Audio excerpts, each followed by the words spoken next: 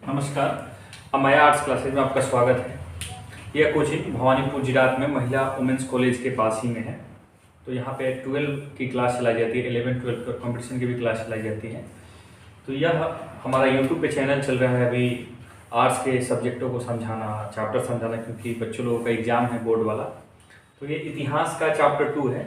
इतिहास के चैप्टर 1 हम पहले वीडियो में समझा चुके हैं और उससे जो भी आपके मॉडल पेपर में क्वेश्चन आए थे 100% बने हैं। ये दूसरा चैप्टर है, इसको थोड़ा सा हम समझने का प्रयास करेंगे। दूसरा चैप्टर क्या कह रहा है इसको देखते हैं। तो ये जो चैप्टर है राजा, किसान और नगर, और यहाँ पे एक लगभग समय दिया हुआ है 600 BC से 600 ईस्वी तक। तो पहले देखिए, सबसे पहले समझते हैं कि आपको पिछले वीडियो में हम बताए थे कि सिंधु घाटी जो सभ्यता थी, सिंधु घाटी जो बाबू सभ्यता थी वो थी नई एनसीईआरटी के अनुसार 600 BC से 1900।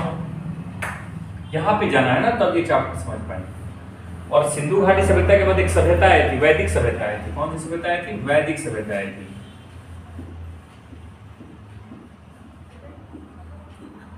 तो बाबू जो ये वैदिक सभ्यता है, इसका जो समय का डिस्टिंक्शन है, समय का पीरियड है, वो 1500 BC से लेके 600 BC तक, यानी इसके बाद का समय है इस चैप्टर में।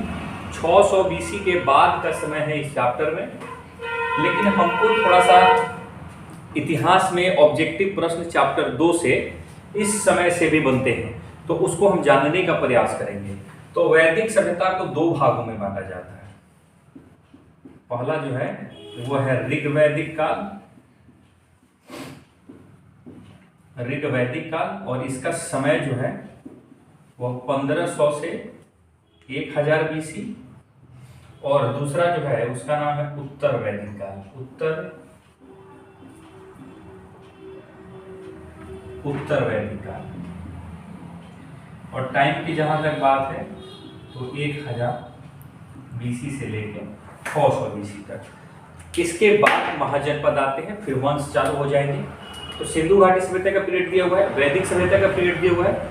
वैदिक सभ्यता को 2 भागों में बांटते हैं, ऋग्वैदिक काल 1500 से 1000 BC, और फिर उत्तर वैदिक काल 1000 से 600 BC। अब थोड़ा सा ऋग्वैदिक काल देखते हैं। ऋग्वैदिक काल,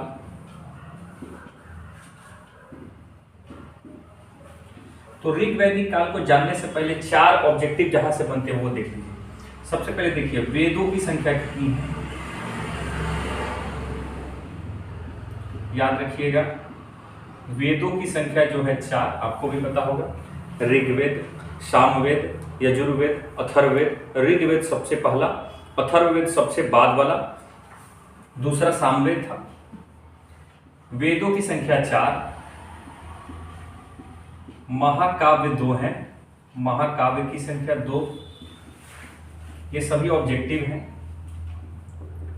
महाकाव्य की संख्या 2, महाभारत और रामायण। इसके अलावा पुराणों की संख्या, पुराणों की संख्या 18, वायु पुराण, ब्रह्म पुराण। तो इसमें सबसे जो प्राचीन है, यानी सबसे जो पुराना पुराण है, उसका नाम है मत्स्य पुराण, याद रखिएगा। अब आइए, उपनिषदों की संख्या कितनी है? उपनिषदों की संख्या, उपनिषदों की संख्या जो है 108। कुल कितने मंडल हैं? कुल मंडल 10, सभी ऋग्वेद में है। कुल मंडल 10। इसके अलावा कुल सूक्त कितने हैं? 1028। कुल सूक्त कितने हैं? 1028। ऋग्वेद में क्या है? तो ऋग्वेद में गायत्री मंत्र का उल्लेख, गायत्री मंत्र का उल्लेख है ऋग्वेद में। इसके अलावा ऋग्वेद में जो सबसे, जिस नदी का सर्वाधिक बार चर्चा किया गया है, तो सर्वाधिक महत्वपूर्ण नदी जो है, सर्वाधिक महत्वपूर्ण नदी जो ऋग्वेद में है वो है सिंधु। और सबसे प्रिय यानी नदियों में सबसे प्रिय जो है नदी है वह है सरस्वती। ये सभी ऋग्वैदिक काल में है। सत्यमेव जयते मुंडकोपनिषद से लिया गया है, उसकी चर्चा यहीं पर है। गायत्री मंत्र का उल्लेख ऋग्वेद में ही है। सर्वाधिक महत्वपूर्ण नदी जो ऋग्वेद में है, सर्वाधिक बार जिसका उल्लेख किया गया है वह सिंधु है। प्रिय जो नदी है, सबसे पवित्र नदी, नदियों में नदीतम, इसमें जो नदी है वह सरस्वती है।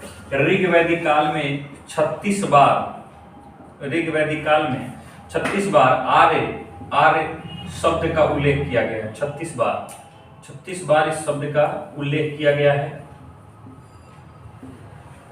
36 बार इस शब्द का क्या किया गया है, उल्लेख किया गया है। इसके अलावा 10,580 ऋचाएं हैं। इसके अलावा 10,580 ऋचाएं हैं। इसको साफ करते हैं, रुक जाइए। इसको आप स्क्रीनशॉट लेके लिख सकते हैं, समझ सकते हैं। ये सभी ऑब्जेक्टिव हैं। वेदों की संख्या 4, महाकाव्य की संख्या 2, पुराणों की संख्या 18, सबसे प्राचीन मत्स्य पुराण, उपनिषदों की संख्या 108, कुल मंडल 10, कुल सूक्त जो है 1028। आर्य शब्द का उल्लेख कितनी बार हुआ है, तो 36 बार हुआ है। गायत्री मंत्र का उल्लेख ऋग्वेद में है। सर्वाधिक महत्वपूर्ण नदी ऋग्वेद की जो है वो है सिंधु, इसका सर्वाधिक उपयोग होता था। सर्वाधिक बार इसका चर्चा किया गया है। और नदियों में सबसे प्रिय नदी यानी नदीतम नदी जो है वो है सरस्वती। इसको साफ करते हैं। वैदिक काल, इसका जो समय का डिस्टिंक्शन वह 1500 से 1000। उत्तर वैदिक काल,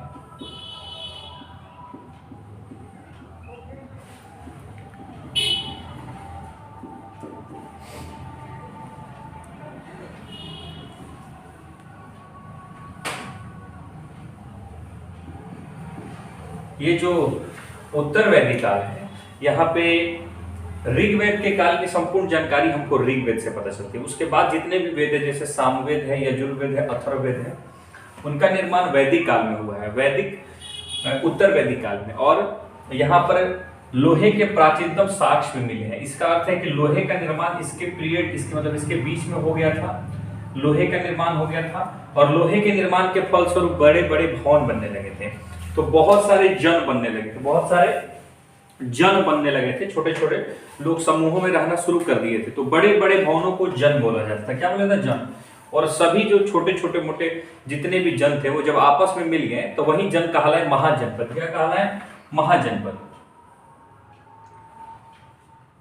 यानी 600 बीसी यानी 6ठी शताब्दी के आसपास जो जन मिल गए उसको बोला गया महाजनपद। 600 बीसी के बाद जो ये चैप्टर है हमारा यहीं से शुरू होता है। तो 600 बीसी के बाद छोटे छोटे जितने भी जन थे, नगरों के समूह थे, वो बड़े बड़े में मर्ज हो गए। और बड़े बड़े में जैसे ही मर्ज हो गए तो वो जन कहलाए महाजनपद। तो हमें 16 महाजनपदों की जानकारी मिलती है। कितनी महाजनपदों की जानकारी मिलती है, 16 महाजनपदों की जानकारी मिलती है। तो इस 16 महाजनपदों की जानकारी हमको कहां से मिलती है, तो इस 16 महाजनपदों की हमको जानकारी मिलती है बौद्ध धर्म के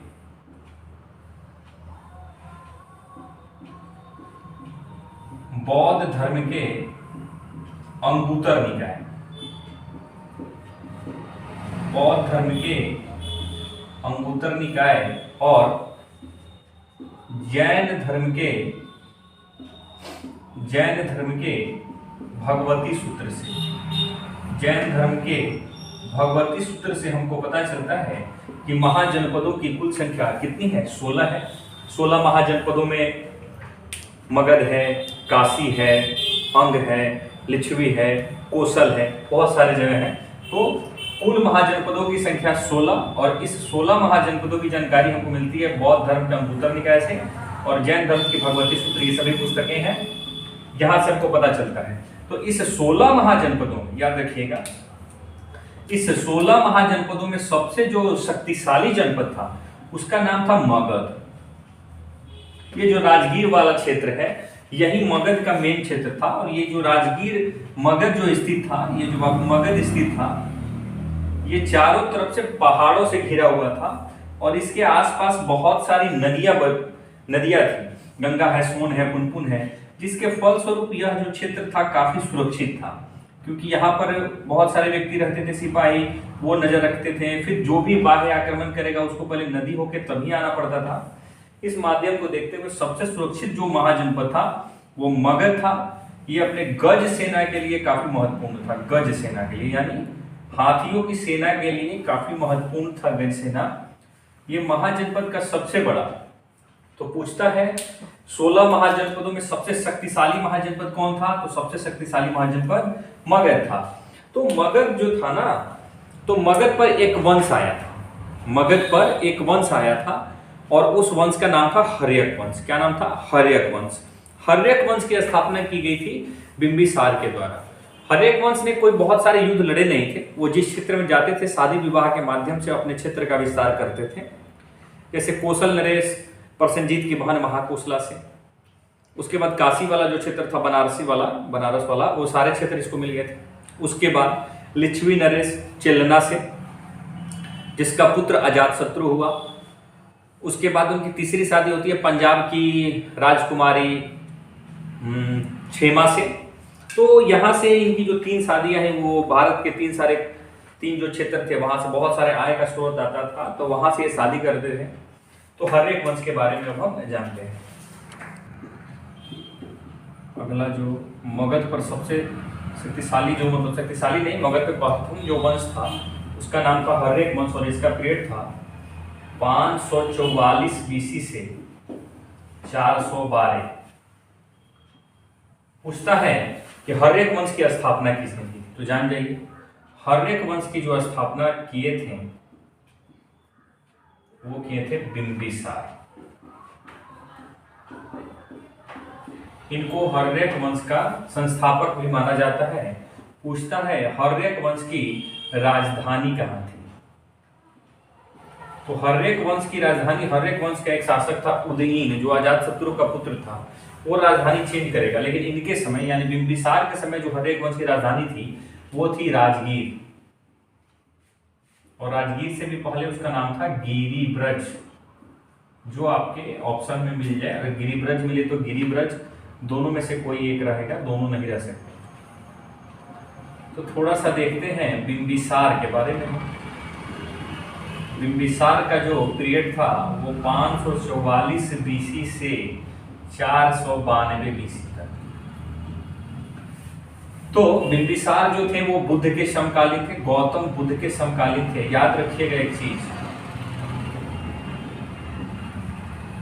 गौतम बुद्ध को जब ज्ञान की प्राप्ति हुई थी उस समय मगध पर बिंबिसार थे, लेकिन गौतम बुद्ध की मृत्यु के समय बिंबिसार नहीं थे। गौतम बुद्ध की मृत्यु के समय अजातशत्रु थे इनके पुत्र, लेकिन जब गौतम बुद्ध को ज्ञान की प्राप्ति हुई थी तो बिंबिसार उस समय हर्यक वंश का राजा था। और गौतम बुद्ध को बिंबिसार ने एक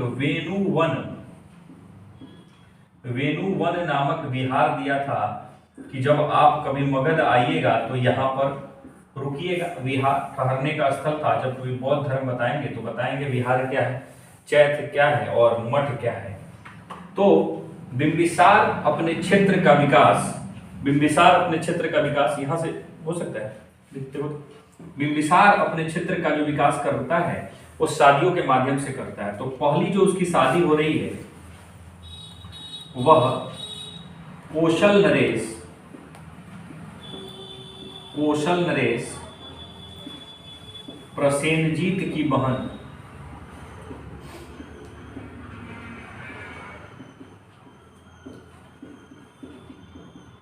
महाकोशला से। दूसरी जो उसकी शादी हो रही है वो लिच्छवी नरेश चिल्लना से। और यही जो चिल्लना है, यही चिल्लना का जो पुत्र है उसका नाम है अजातशत्रु।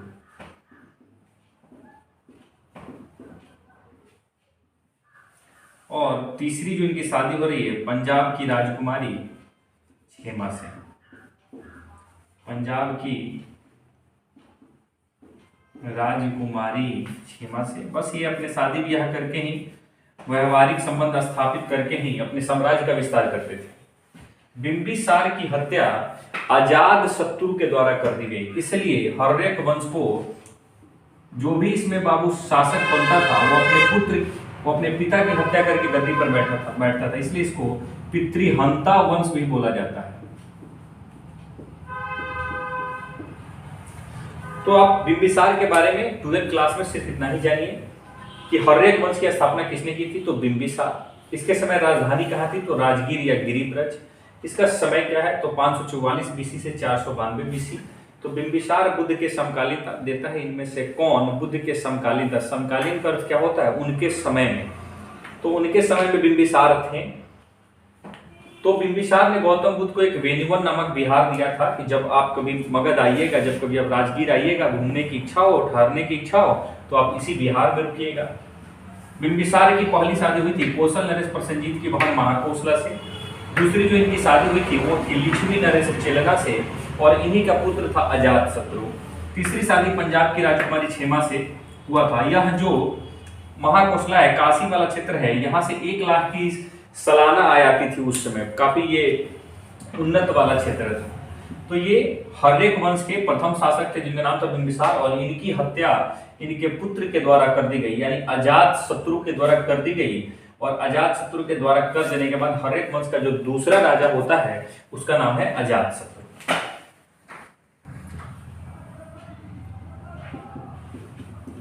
तो बिंबिसार की हत्या कर देंगे अजातशत्रु।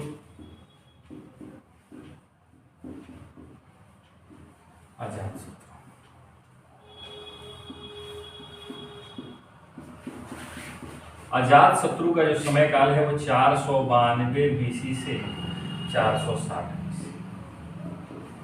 इनके बारे में जानते हैं। अजातशत्रु ने 16 वर्षों के अथक परिश्रम के बाद जो वज्जी का संघ था, यानी जो वैशाली लिच्छवी का जो संघ था, वज्जी जो संघ था जिसकी राजधानी लिच्छवी वैशाली थी, तो इसको जीता। तो अजातशत्रु ने किसको जीता, तो वज्जी को जीता। अजातशत्रु युद्ध के समय 2 हथियारों का प्रयोग करता था। एक का नाम था रथमूसल और बाबू एक का नाम था महाशिलाकंटक। ये दोनों बाहुबली पिक्चर में है। महाशिलाकंटक, भल्लाल देव जो अपने जिस रथ पे जा रहे हैं वो महाशिलाकंटक है, और बाहुबली जो पत्थर का, बड़े बड़े पत्थर के ऊपर से प्रयोग कर रहे हैं वो रथमूसल। तीसरा अजातशत्रु के लिए जो इंपॉर्टेंट सवाल है, तो अजातशत्रु फूट डालो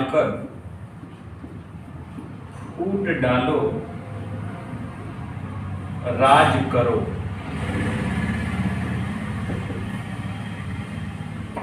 फूट डालो राज करो की नीति कौन सा शासक अपनाया?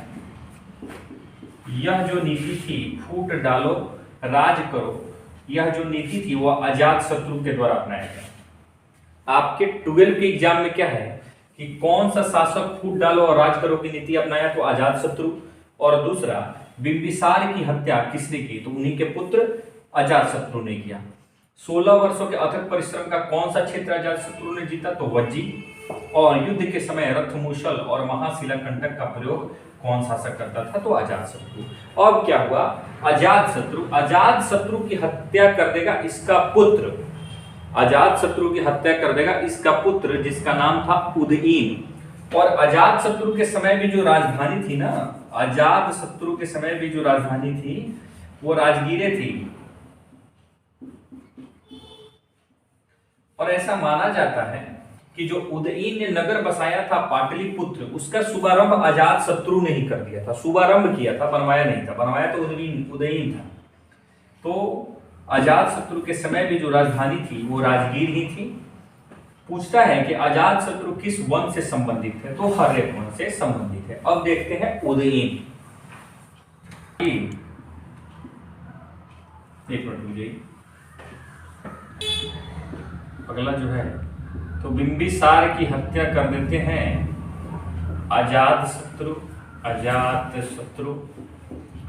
और अजातशत्रु की हत्या कर देते हैं उदयीन।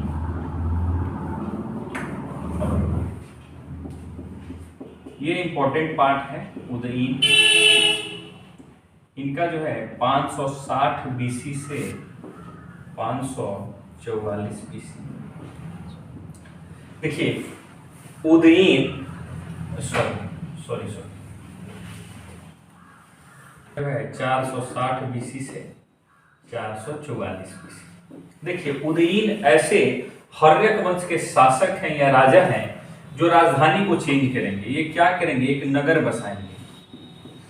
तो एक नगर बसाया जाएगा जिसका नाम होगा पाटलिपुत्र। सवाल पूछता है कि पाटलिपुत्र नगर किसके द्वारा बसाया गया, तो उदयीन के द्वारा बसाया गया।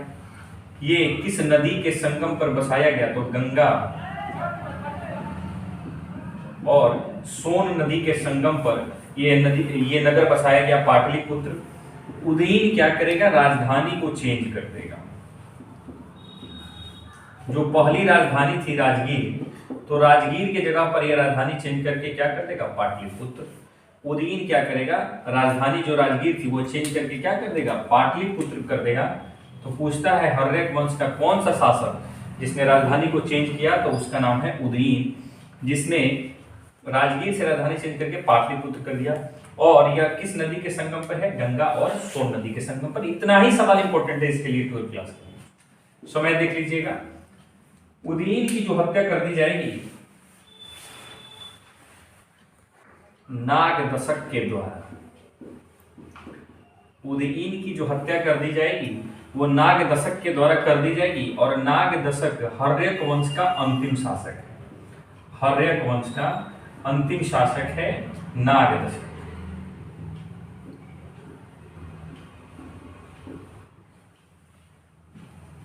इसका जो समय का डिस्टिंक्शन है वह 444 बीसी से 412 बीसी तक। इसके लिए कुछ खास नहीं है। ये पूछता है कि हर्यक वंश का अंतिम शासक कौन है, तो नागदशक है हर्यक वंश की अंतिम शासक। इसके समय में एक आमत्य रहते थे। आमत्य का अर्थ था जो युद्ध का राय दे।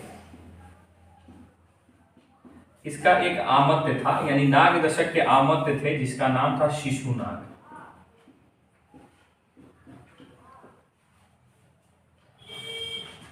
जो नागदशक थे उनके मेंबरशिप में यानी मंत्री परिषद में एक मंत्री रहता था शिशुनाग। ये आमत्य थे जो राजा को युद्ध की नीति सिखाते थे, मंत्र के बारे में, पूजा वूजा के बारे में। तो इसी आमत्य शिशुनाग के द्वारा नागदशक की हत्या कर दी गई और हर्यक वंश के स्थान पर मगध पर एक वंश आ गया जिसका नाम था शिशुनाग वंश। वंश आ गया शिशुनाग वंश। शिशुनाग वंश का जो समय का डिस्टिंक्शन था 412 से 412 बीसी से लेके 344 बीसी तक। पूछता है कि शिशुनाग वंश की स्थापना किसने। शिशुनाग वंश की स्थापना किया गया शिशुनाग के द्वारा। शिशुनाग ने राजधानी को चेंज करेगा। शिशुनाग क्या करेगा, जो राजधानी बनाई गई थी पाटलिपुत्र,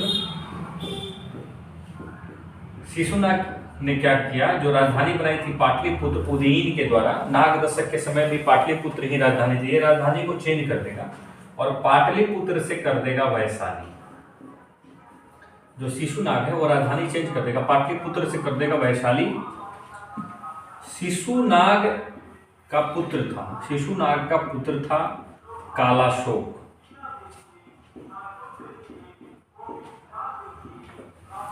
कालाशोक क्या करेगा, जो ये वैशाली है वैशाली को हटाएगा, ये करेगा राजधानी चेंज, ये भी करेगा राजधानी चेंज, ये भी करेगा राजधानी चेंज। तो जो शिशुनाग है वो राजधानी चेंज करके वैशाली कर देगा और जो इसका पुत्र है कालाशोक, यह वैशाली से हटाकर पाटलिपुत्र कर देगा, पुनः पाटलिपुत्र कर देगा। और कालाशोक के समय से लेके मौर्य वंश तक जो मगध की राजधानी रह गई वो पाटलिपुत्र ही रह गई, कालाशोक।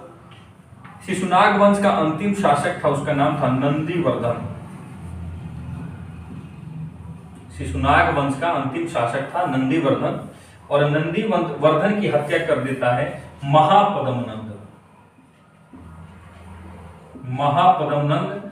और इस महापद्म नंद ने एक नए वंश की स्थापना कर दी, नंद वंश, जो हर्यक वंश का तीसरा वंश था। पहला हर्यक वंश, दूसरा शिशुनाग वंश और तीसरा नंद वंश।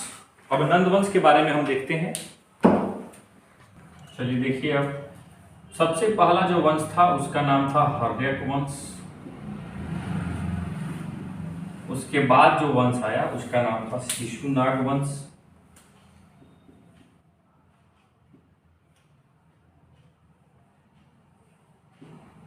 शिशुनाग वंश। इसके बाद जो वंश आया है उसका नाम है नंद वंश। नंद वंश की स्थापना करेगा महापद्म नंद। महापद्म नंद। और समय जो है वो 344 बीसी से लगभग, इसका महापद्म नंद का जो था नंद वंश का था 344 बीसी से लगभग 324-23 बीसी तक। महापद्म नंद स्वयं को एकराट बोलता था, खुद को। तो ये एकराट की उपाधि किसके पास थी? एकराट की उपाधि रखा था महापद्म नंद। और नंदवंश का इसका जो पुत्र था वो अंतिम शासक था, जिसका नाम था घनानंद। ये जो घनानंद था यह सिकंदर के समकालीन था। समकालीन बताए हैं, उस समय की बात हो रही है, सिकंदर के समकालीन था। कौन? घनानंद। सिकंदर के समकालीन था घनानंद। और इसी घनानंद की हत्या करके चंद्रगुप्त मौर्य अपने प्रधानमंत्री कौटिल्य की सहायता से मौर्य वंश पर एक नए वंश की स्थापना करेंगे, मौर्य वंश की, जो अब तक के इतिहास के सबसे शक्तिशाली राजवंश कहेगा। तो सबसे अंत में कौन सा वंश? नंद वंश। चंद्रगुप्त मौर्य ने किस वंश को हराकर मौर्य वंश की स्थापना की? तो नंद वंश को। किस शासक को हराकर? तो घनानंद को। घनानंद को हराकर चंद्रगुप्त मौर्य अपने प्रधानमंत्री कौटिल्य चाणक्य की मदद से मौर्य वंश की स्थापना करेगा। ये पूछता है सिकंदर किसके समकालीन था? तो घनानंद के समकालीन था। एकराट की उपाधि किसको मिली है? तो महापद्म नंद को मिली है। हर्यक वंश। हर्यक वंश के बाद शिशुनाग वंश। हर्यक वंश की स्थापना बिंबिसार। हर्यक वंश का अंतिम शासक, ये पहला। हर्यक वंश का अंतिम शासक नागदशक, ये अंतिम। शिशुनाग वंश का पहला शासक शिशुनाग। शिशुनाग वंश का अंतिम शासक नंदीवर्धन,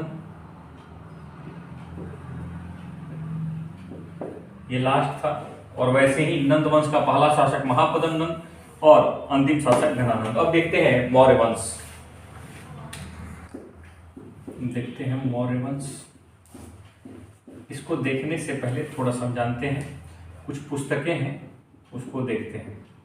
जैसे इंडिका। इंडिका के जो रचनाकार हैं उनका नाम है मेगास्थनीज।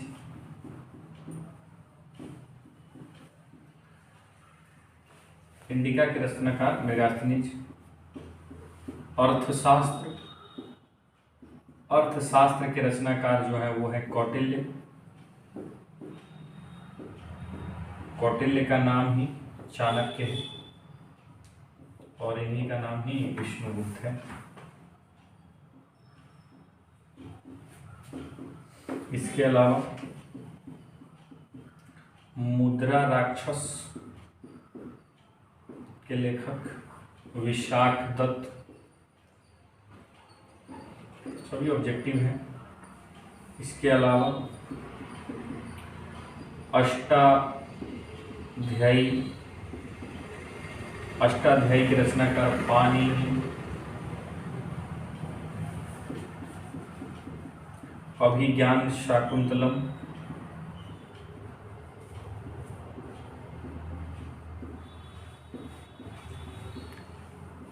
मेघदूतम। रघुवंशम। ये सभी के जो रचनाकार हैं उनका नाम है कालिदास। इसके अलावा कलहन, कलहन की राज तरंगिणी। ये राज तरंगिणी किसके द्वारा लिखा गया है? कलहन के द्वारा लिखा गया है। और इस राज तरंगिणी पुस्तक में कश्मीर का इतिहास है, ये भी पूछता है। कश्मीर का इतिहास राज तरंगिणी पुस्तक में है। तो कुछ पुस्तकों के नाम थे जो इम्पोर्टेंट थे, आप उसको जान जाइए। इंडिका के रचनाकार मेगास्थनीज, ये सेल्यूकस निकेटर का राजदूत था, चंद्रगुप्त मौर्य के शासनकाल में आए थे। अर्थशास्त्र के लेखक कौटिल्य चाणक्य हैं। मुद्रा राक्षस के लेखक विशाखदत्त। अष्टाध्यायी की पाणिनि। अभिज्ञान शाकुंतलम, रघुवंशम, मेघदूतम, कुमार संभवम, विक्रमोदित्यम, ये सभी कालिदास की रचना है। कलहन की रचना जो है, पुस्तक जो है उसका नाम है राज तरंगिणी, और इस पुस्तक में कश्मीर का इतिहास है। अब देखते हैं मौर्य वंश के शासक चंद्रगुप्त मौर्य के बारे में। 322 से 298 BC मौर्य वंश का नहीं, चंद्रगुप्त मौर्य का है। चंद्रगुप्त मौर्य 322 BC से 298 BC। चंद्रगुप्त मौर्य, चंद्रगुप्त मौर्य मौर्य वंश का प्रथम शासक है। चंद्रगुप्त मौर्य ने नंद वंश के शासक, नंद वंश के शासक, नंद वंश के शासक घनानंद को हराकर, घनानंद को हराकर मौर्य वंश की नींव रखी। मौर्य वंश की नींव रखी। अगर वंश की बात आए तो नंद वंश, और व्यक्ति का बात आए तो घनानंद। मौर्य वंश के शासक चंद्रगुप्त मौर्य की जो राजधानी थी वो थी पाटलिपुत्र।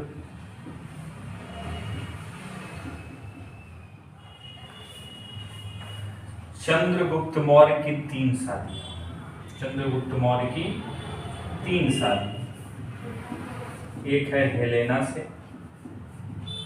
ये जो हेलेना है वो सेल्यूकस निकेटर की बहन है। सेल्यूकस निकेटर की बहन है। दूसरी शादी होती है दुर्धरा से, इसका पुत्र है बिंदुसार। और तीसरी शादी जो होती है वो नंदिनी से होती है। तो चंद्रगुप्त मौर्य ने 3 शादियां की थी। एक हेलेना से जो सेल्यूकस निकेटर की बहन थी, दूसरी दुर्धरा जिसका पुत्र बिंदुसार, और तीसरा नंदी से। देखते हैं थोड़ा सा। और जब हेलेना से इसकी सेल्यूकस निकेटर की शादी हुई थी तो काबुल गंधार वाला क्षेत्र जो इसके पास था, सिकंदर मरने के बाद सेल्यूकस निकेटर और निर्याकस, सिकंदर के 2 सेनापति थे। थल सेनापति था सेल्यूकस निकेटर और जल सेनापति थे निर्याकस। तो सेल्यूकस निकेटर के पास कुछ क्षेत्र हो गए थे। तो शादी होने के बाद जो काबुल गंधार वाला क्षेत्र है वो चंद्रगुप्त को दे दिए थे सेल्यूकस निकेटर, और ये भी प्रसन्न होकर 500 हाथी इनको गिफ्ट के रूप में दिए थे। तो सेल्यूकस निकेटर का एक राजदूत था, याद रखिएगा। सेल्यूकस निकेटर का राजदूत है। किसका राजदूत है? तो सेल्यूकस निकेटर का राजदूत है। सेल्यूकस निकेटर का राजदूत है जिसका नाम है मेगास्थनीज। क्या नाम है बाबू? मेगास्थनीज। यह चंद्रगुप्त मौर्य के शासनकाल में आया था। तो पूछता है मेगास्थनीज किसके शासनकाल में आया है? तो चंद्रगुप्त मौर्य के शासनकाल में आया है। मेगास्थनीज किसका राजदूत है? तो सेल्यूकस निकेटर का राजदूत है। और इंडिका नामक पुस्तक, कौन सी पुस्तक? इंडिका नामक पुस्तक मेगास्थनीज के द्वारा लिखा गया है, जिसमें मौर्य वंश का सामाजिक चरित्र चित्रण किया गया है। प्रधानमंत्री जो मौर्य वंश का यानी चंद्रगुप्त मौर्य के समय प्रधानमंत्री था उसके नाम था कौटिल्य या चाणक्य समझिए। चंद्रगुप्त मौर्य, यहां पे आ जाइए, देखिए यहां पे, देखिए चंद्रगुप्त मौर्य के चंद्रगुप्त मौर्य ने जो जैन धर्म की शिक्षा ली थी, जैन धर्म की शिक्षा जो लिए थे वो भद्रबाहु से लिए थे।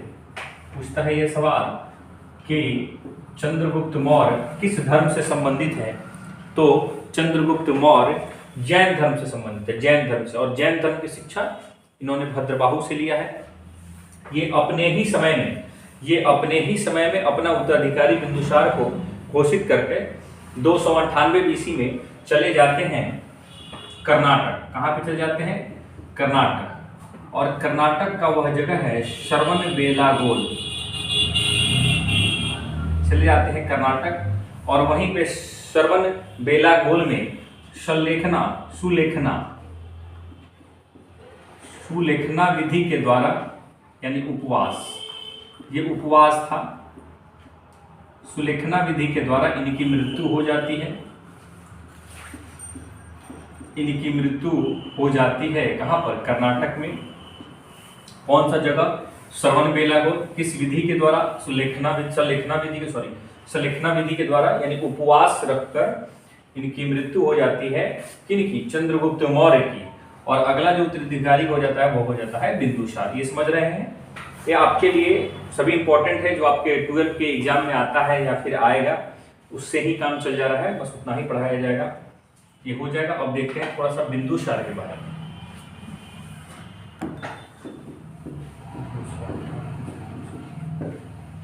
चंद्रगुप्त मौर्य ने इसे अपना उत्तराधिकारी घोषित करके चले गए। बिंदुसार के बारे में 2-4 छोटी छोटी पॉइंटें हैं, वो जानते हैं। तो बिंदुसार आजीवक संप्रदाय का अनुयायी था। आजीवक संप्रदाय का अनुयायी था।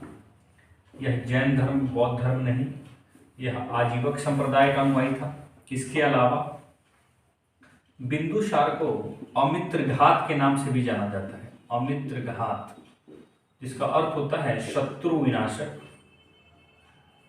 शत्रु विनाशक।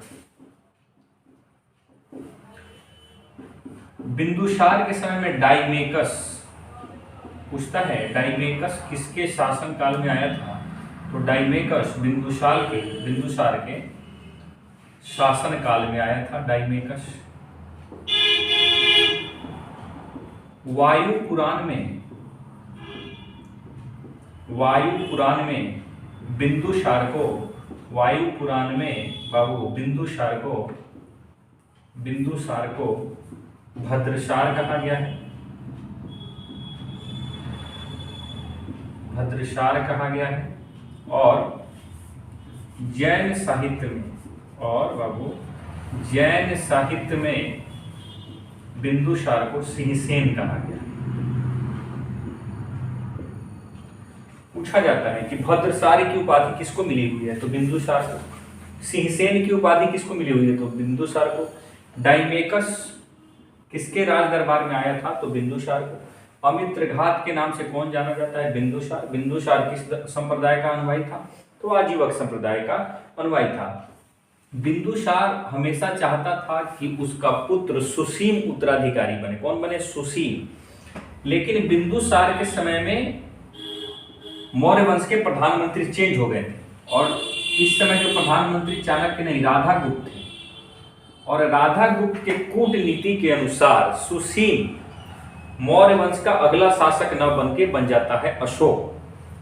तो सबसे पहले चंद्रगुप्त मौर्य के बाद बिंदुसार, और बिंदुसार के बाद आएंगे अशोक। और अशोक से बहुत सारे सवाल आपके एग्जाम में आते हैं, तो अब समझते हैं अशोक। इसको लिखिएगा स्टार देके, ऑब्जेक्टिव समझ ही रहे हैं, भाषा जो बोल रहे हैं वो आप समझ ही रहे हैं, तो इसको लिख लेने हैं। और लिखने के बाद अब देखते हैं अशोक के बारे में।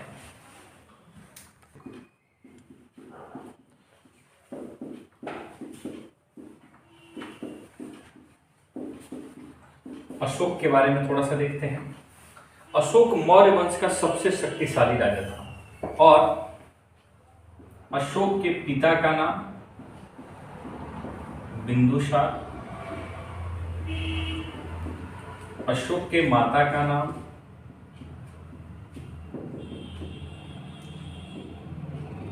शुभांगी। इसका जो प्रिय पुत्र था, अशोक के प्रिय जो पुत्र थे प्रिय पुत्र का नाम तीवर। अशोक के तो ऐसे बहुत पुत्र थे, लेकिन प्रिय पुत्र तीवर।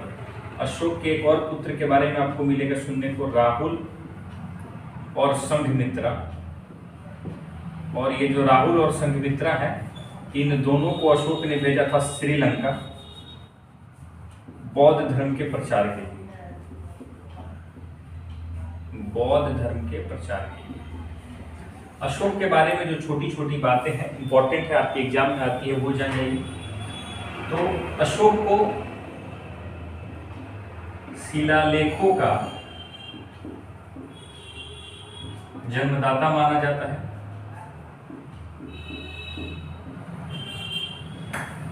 अशोक ने 2 शिलालेख बनाए थे, एक स्तंभ लेख और एक शिलालेख। स्तंभ लेख पोल की आकृति के होते थे, जो गांव के बाहर लगाए जाते थे। अगर दूसरे देश, गांव का, राज्य का व्यक्ति उस गांव में प्रवेश करता है तो उसके लिए क्या नियम होने चाहिए, इसका प्रयोग स्तंभ लेख के द्वारा किया जाता था, जिसकी संख्या 7 है।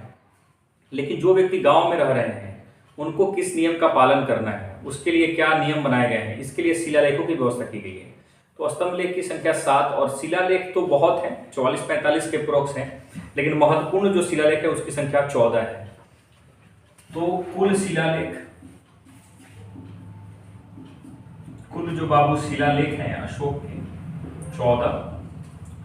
और अशोक के द्वारा एक युद्ध लड़ा गया था, कलिंग का युद्ध। कलिंग का युद्ध लड़ा गया था। कलिंग पड़ता है उड़ीसा में। कहाँ पड़ता है बाबू? उड़ीसा में। तो जो कलिंग का युद्ध लड़ा गया था 261 BC में लड़ा गया था। और इस कलिंग युद्ध की चर्चा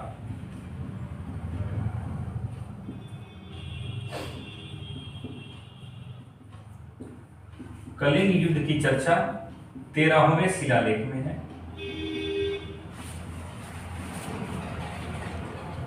कलिंग युद्ध की चर्चा 13वें शिलालेख में है। धम्म की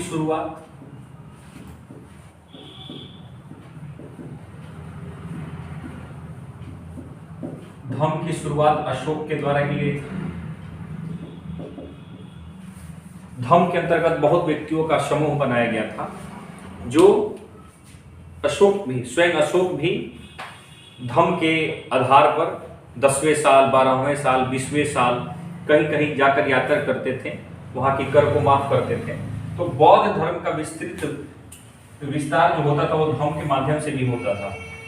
तो धम्म की शुरुआत अशोक के द्वारा की गई है। ये पूछता है सवाल, इसको साफ करते हैं। 2 शिलालेख, अशोक के 2 शिलालेख, अशोक के 2 शिलालेख। एक का नाम है मानसेहरा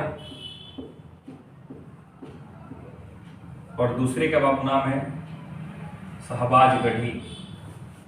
ये जो 2 शिलालेख है बाबू, तो ये ब्राह्मणी लिपि में ना होकर खरोष्टी लिपि में है। ये दोनों पाकिस्तान में है। तो जितने भी अशोक के अभिलेख मिले हैं, तो अधिकतम यानी सर्वाधिक अधिकतम जो लिपि है वो लिपि है ब्राह्मणी। लेकिन 2 ऐसे शिलालेख हैं जो खरोष्टी लिपि में है, मानसेहरा और शहबाजगढ़ी। ये दोनों पड़ता है पाकिस्तान में, खरोष्टी लिपि में है। बाकी जितने भी अभिलेख हैं वो सभी ब्राह्मणी लिपि में है। 1830 में जेम्स प्रिंसेप नामक एक अंग्रेज अधिकारी ने सर्वप्रथम अभिलेखों की खोज की। ये जो व्यक्ति है वो सर्वप्रथम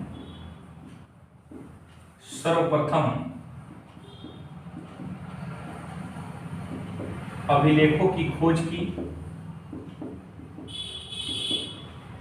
और 1837 में इसको सर्वप्रथम पढ़ा गया।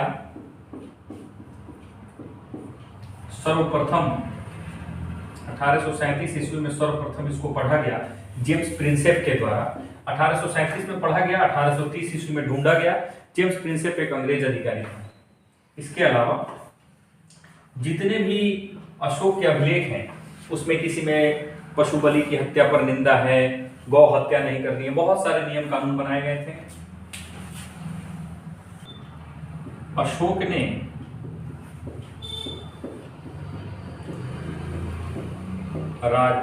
राज्याभिषेक के 10वें वर्ष प्रथम धम्म की यात्रा की थी। प्रथम धम्म की यात्रा बोध गया में किए थे, याद रखिएगा, किए थे। 10वें वर्ष पहली धम्म की यात्रा बोध गया में किया गया था अशोक के द्वारा। अब आइए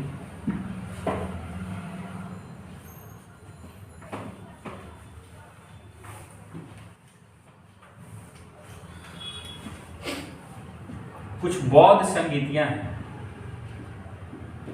कुछ बौद्ध संगीतियां हैं, इसको देखते हैं। तो पहली जो बौद्ध संगीति है वो अजात शत्रु के समय,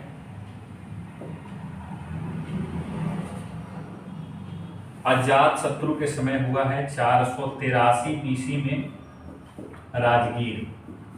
ये बौद्ध संगीति क्यों इंपॉर्टेंट है? क्योंकि पूछता है कि प्रथम बौद्ध संगीति किसके समय हुआ, कब हुआ, दूसरी बौद्ध संगीति कब हुआ, किसके समय हुआ, कहाँ हुआ।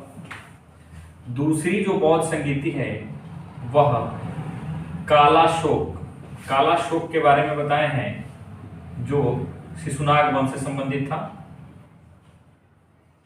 इसके समय हुआ है 383 BC में वैशाली में।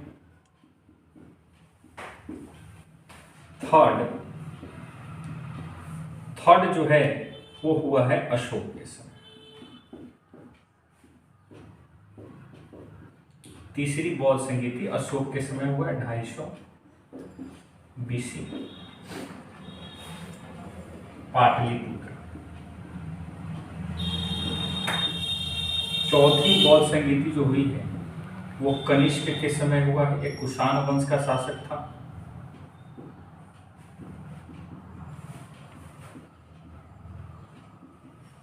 पहली शताब्दी, लगभग पहली शताब्दी, और यह हुआ है कश्मीर में। देखिएगा क्यों बुलाई जाती थी बौद्ध संगीति। तो गौतम बुद्ध ने अपना अंतिम जो उपदेश दिया था बाबू, गौतम बुद्ध ने अपना अंतिम उपदेश दिया था सुभद्र को, सुभद्र को। ये अंतिम उपदेश सुभद्र को दिए थे। तो उपदेश देने के बहुत दिन के बाद जब गौतम बुद्ध की मृत्यु हो जाती है कुशीनगर में, तो इनके मृत्यु के बाद ये जो व्यक्ति था, इनका जो शिष्य था सुभद्र, वो मुक्त हो गया। वो बोला कि अब तुमको कोई काम ही नहीं है, ना कोई रोकने वाला ना कोई टोकने वाला। तो राजाओं ने ये सोचा कि ऐसे ऐसे अगर शिष्य बौद्ध धर्म का प्रचार करेंगे तो बौद्ध धर्म का नाश हो जाएगा।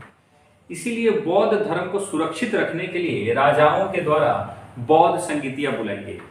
तो गौतम बुद्ध की मृत्यु के समय अजात शत्रु था, तो इसने बौद्ध संगीति बुलाई। कहाँ बुलाई? राजगीर में बुलाई। कब बुलाई? 483 BC में बुलाई।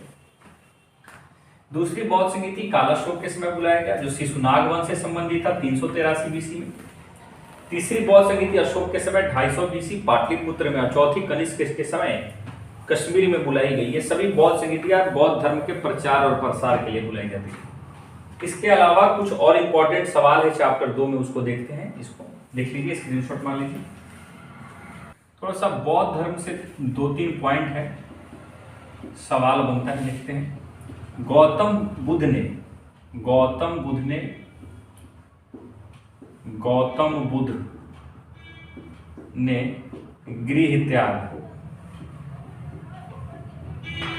गृह त्याग की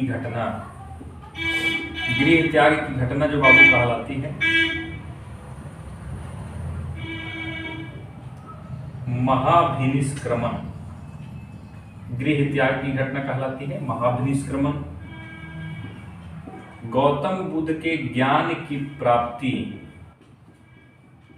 कहलाती है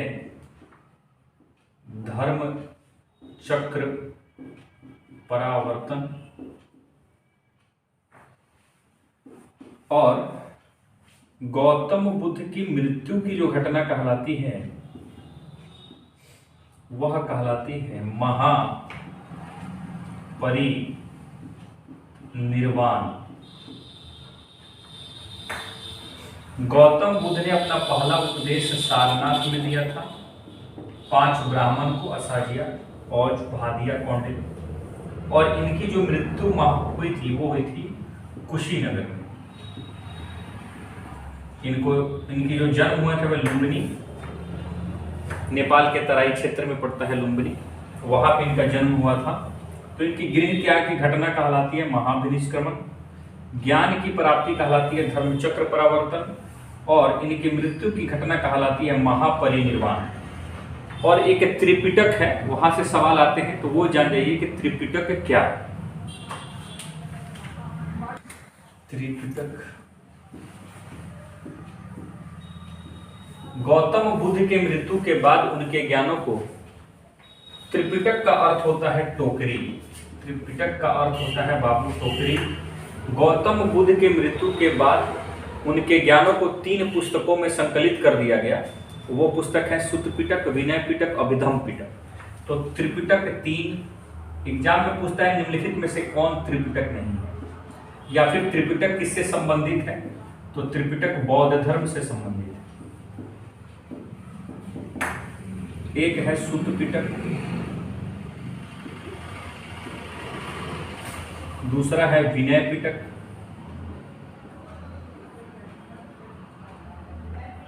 और तीसरा है अभिधम पिटक।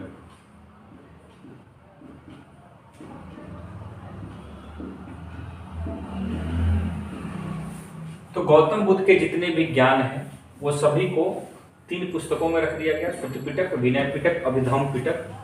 ये जो बाबू सुत्त पिटक और विनय पिटक है,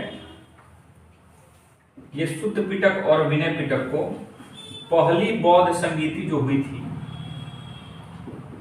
पहली बौद्ध संगीति में जोड़ा गया। दूसरी बौद्ध संगीति जो कालाशोक के समय में हुआ वो भिक्षु भिक्षुणियों के लिए है। तीसरी बौद्ध संगीति जो हुई थी, तीसरी जो बौद्ध संगीति अशोक के समय हुआ था, उसमें अभिधम पिटक को जोड़ा गया था। और चौथी बौद्ध संगीति में बौद्ध धर्म 2 भागों में टूट गया था, हीनयान और महायान। तो बौद्ध धर्म कभी पढ़ाएंगे तो इसके बारे में हम बताएंगे, लेकिन ये आपके चैप्टर से संबंधित है, इसलिए जानिए। त्रिपिटक 3, सुत्त पिटक, विनय पिटक, अभिधम पिटक जो बौद्ध धर्म से संबंधित है। त्रिपिटक का अर्थ होता है टोकरी, जिसमें गौतम बुद्ध के द्वारा दिए गए उपदेशों का संकलन है। इसको साफ करते हैं। गुप्त वंश की स्थापना किए थे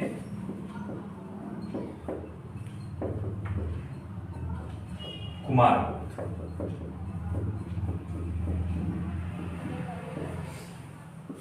गुप्त वंश के एक शासक थे जिनका नाम था श्रीगुप्त।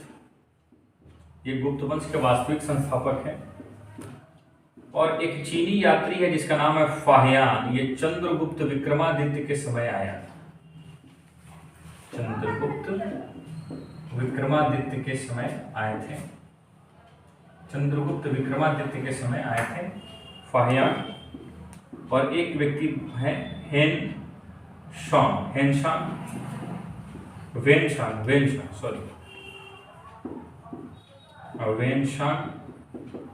वेनशान जो आए थे वो हर्षवर्धन के शासनकाल में आए थे। हर्षवर्धन के शासनकाल में आए थे। इसके अलावा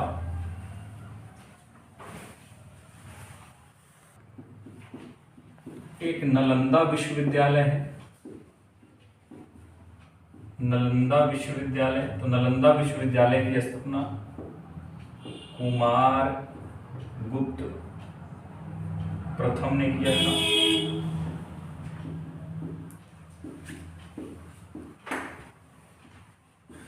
इसको नष्ट कर दिया था बख्तियार खिलजी।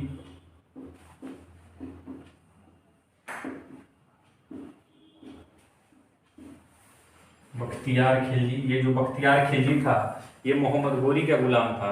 बख्तियार खिलजी और कुतुबुद्दीन ऐबक मोहम्मद घोरी का गुलाम था। बख्तियार खिलजी नालंदा विश्वविद्यालय को नष्ट कर दिया था। इसके बाद एक विक्रमशिला विश्वविद्यालय है। विक्रमशिला विश्वविद्यालय इसकी स्थापना धर्मपाल पाल वंश से संबंधित था, धर्मपाल ने की थी। नालंदा विश्वविद्यालय से भी पहले एक विश्वविद्यालय है जिसका नाम है तक्षशिला विश्वविद्यालय। तो तक्षशिला विश्वविद्यालय की स्थापना कलकत्ता में हुई है और ये सबसे प्राचीन है, यानी दोनों से सबसे पहला विश्वविद्यालय। और चाणक्य ने यहीं पे विद्या ग्रहण किया। चाणक्य ने तक्षशिला में ही विद्या ग्रहण किया था। नालंदा विश्वविद्यालय के समय कुमारगुप्त नष्ट किया था बख्तियार खिलजी, मोहम्मद घोरी का गुलाम था। विक्रमशिला विश्वविद्यालय धर्मपाल, ये भागलपुर में है, ये नालंदा में है। चलिए ठीक है, 2 नंबर चैप्टर से जितने भी ऑब्जेक्टिव बनने वाले थे वो आपसे इसमें से बन जाएंगे। चैप्टर भी आप अच्छे से लिख सकते हैं। इसके अलावा इसको पढ़ने के बाद आप मॉडल पेपर बनाइएगा। मॉडल पेपर में अगर कोई प्रश्न नहीं बनता है तो आप उसको कमेंट बॉक्स में कमेंट कीजिएगा। हमको लगता है कि 100% बन जाने चाहिए। और फिर अगला वीडियो आएगा। अगर ये वीडियो सब अच्छे लग रहे हैं तो आप शेयर कीजिए, लाइक कीजिए और अपने मित्रों को भेजिए ताकि वो भी पढ़ सके, चैप्टर समझ सके। ठीक है, तब तक